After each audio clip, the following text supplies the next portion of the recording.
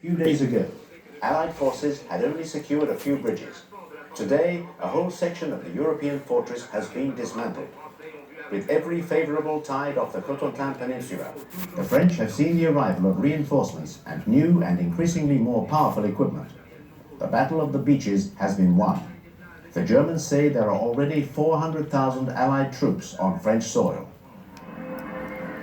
After the successful landings of June 6, 1944, Allied armies had become deeply embroiled in the extremely tough Battle of Normandy for over 2 months, where German forces fought relentlessly throughout the region's forests and countryside. During this time, the skies above Reims were crisscrossed from numerous raids by American and British air forces on their way to pummel strategic centres at the heart of the Third Reich. As for the Allied fighter bombers, they were busy tormenting the German troop reinforcements trying to get to the front by rail or by road. The breakthrough on the Western Front finally came in August. With the collapse of German defensive lines, the Seine was reached and Paris was liberated on August the 25th by the French 2nd Armoured Division of General Leclerc. From that point on, the US Third Army under General Patton set out on the plains of the Ile-de-France and the Champagne region to head towards the borders of the Reich, hot on the heels of the fragmented units of the Wehrmacht. Initially, the German High Command had intended to turn Reims into a well-defended, entrenched camp to block the advance of American divisions, but the speed of this American advance, pushing back the retreating German troops, rendered this plan impossible. Escorted by the panzer tanks of the Panzer Lehr Division, the German army left the city of Reims. The artillery units passed through the city on the 28th and 29th of August, withdrawing to the Ardennes. Several minor battles took place on the outskirts of Reims, resulting in the loss of 500 men on the German side and delaying the Allied advance by 48 hours. In their efforts to block the Allies, German army military engineers blew up the bridges over the canal. Only Flechambault Bridge was to be saved from destruction by the determined actions of the resistance group, the FFI Saint-Rémy, led by Commander Bourlon.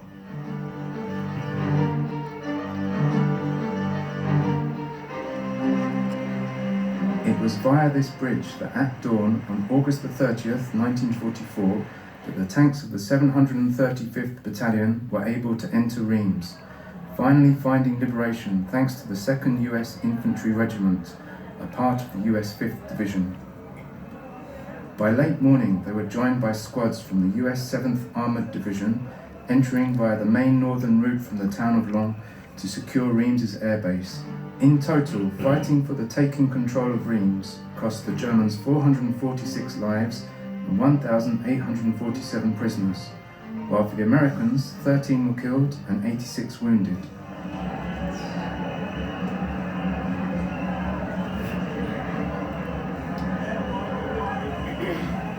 The inhabitants of Reims gave a triumphant welcome to its liberators as the US troops paraded down the streets, most notably at Place Royale and in front of the town hall, the Place de l'Hôtel de Ville, where at noon a ceremony was held between the civil authorities and the military.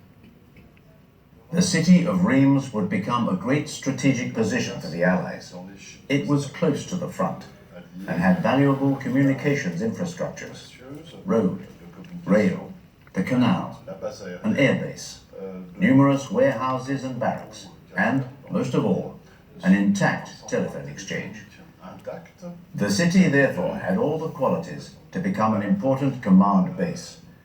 From September 1944, the forward command post, the supreme headquarters of Allied Expeditionary Forces, the Sheaf, was set up in the outskirts of Reims in Gueux, and the US logistics organization, the Oise Intermediate Section, moved to Reims. In Gueux, Eisenhower met key political figures such as Winston Churchill and Charles de Gaulle, and also the main Allied military leaders including General Bradley, General Patton, and General de Lattre de Tassigny. After Operation Market Garden, in which the Allied armies unsuccessfully attempted to penetrate into the Netherlands, the 101st Airborne Division, known as the Screaming Eagles, settled in November 1944 at Camp Mourmelon, near Reims, for a period of recuperation and training. Around this time, at the end of November 1944, the General Staff of the 101st Airborne Division moved here, into the premises of what is today the Musée de la Reddition, the Museum of the Capitulation. And it was from this location that Brigadier General Macauliffe urgently mobilized his unit to Bastogne to counter a surprise attack in the Belgian Ardennes, one of Hitler's final last-gasp efforts. De son unité sur Bastogne. A city encircled by the enemy is not a lost city. In the Ardennes, the town of Bastogne was surrounded, but already the convoys of the counterattack had set off towards this city of prisoners.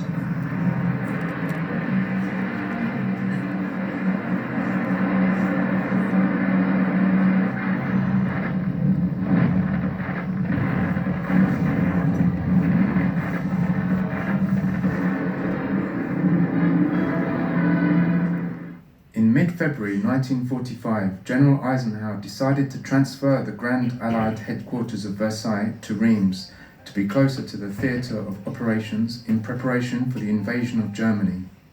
The Supreme Allied headquarters, the Chef, as a result, relocated here to the college, previously occupied by the staff of the 101st Airborne Division. The vast red-bricked premises of the college, which incidentally had continued to operate and admit students, provided the perfect cover. The Germans would never suspect that the Grand Allied staff were in the college right behind the train station. Today, the former technical college is now Roosevelt High School, whose entranceway has hardly changed since the time of the Allied headquarters. In April 1945, the Western Allies, after crossing the Rhine, pushed on towards the heart of the Reich, with the British to the north, the Americans in the centre, and the French First Army to the south.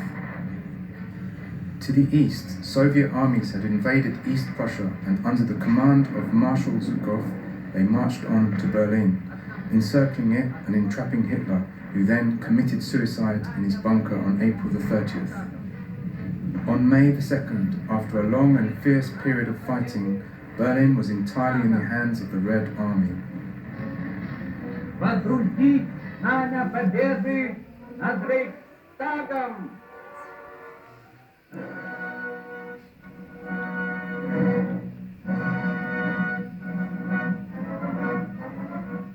Grand Admiral Dönitz, who succeeded Hitler, decided with the German General Staff to try to end the war with the Western forces in order to continue the fight against the Soviets.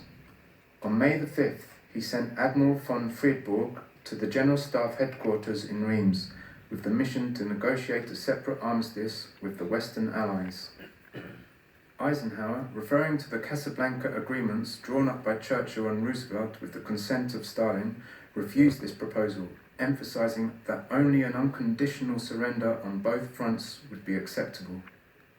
Confronted with this Allied opposition and the failure of Friedburg, the following day Dönitz sent the Chief of Staff of the German Army, General Alfred Jodl, to Reims on May the 6th to attempt to change Eisenhower's mind. Jodl arrived by plane at the airbase of Reims at about 5 p.m. and was driven to the premises of the Supreme Allied headquarters. The Allies were uncompromising with regards to an unconditional surrender on both fronts, simultaneously in the west and in the east. However, in order to obtain capitulation as quickly as possible, a concession was made to the Germans, allowing 48 hours from the time of signing the surrender to the official end of combat, in order to allow a maximum of civil and German military out through Anglo-American lines, sparing them from capture by Soviet troops. On these conditions, Admiral Dönitz accepted the surrender and via coded message authorized General Jodl to sign the act of capitulation of the armed forces of the Third Reich. So as to not waste precious time, the ceremony took place at night in the early hours of May the 7th. 17 war correspondents were brought to Reims by plane from Paris to cover the event. So, it was in the war room with great symbolic importance that the German delegates of high command were to be received. General Jodl with his ordnance officer, Major Auxenius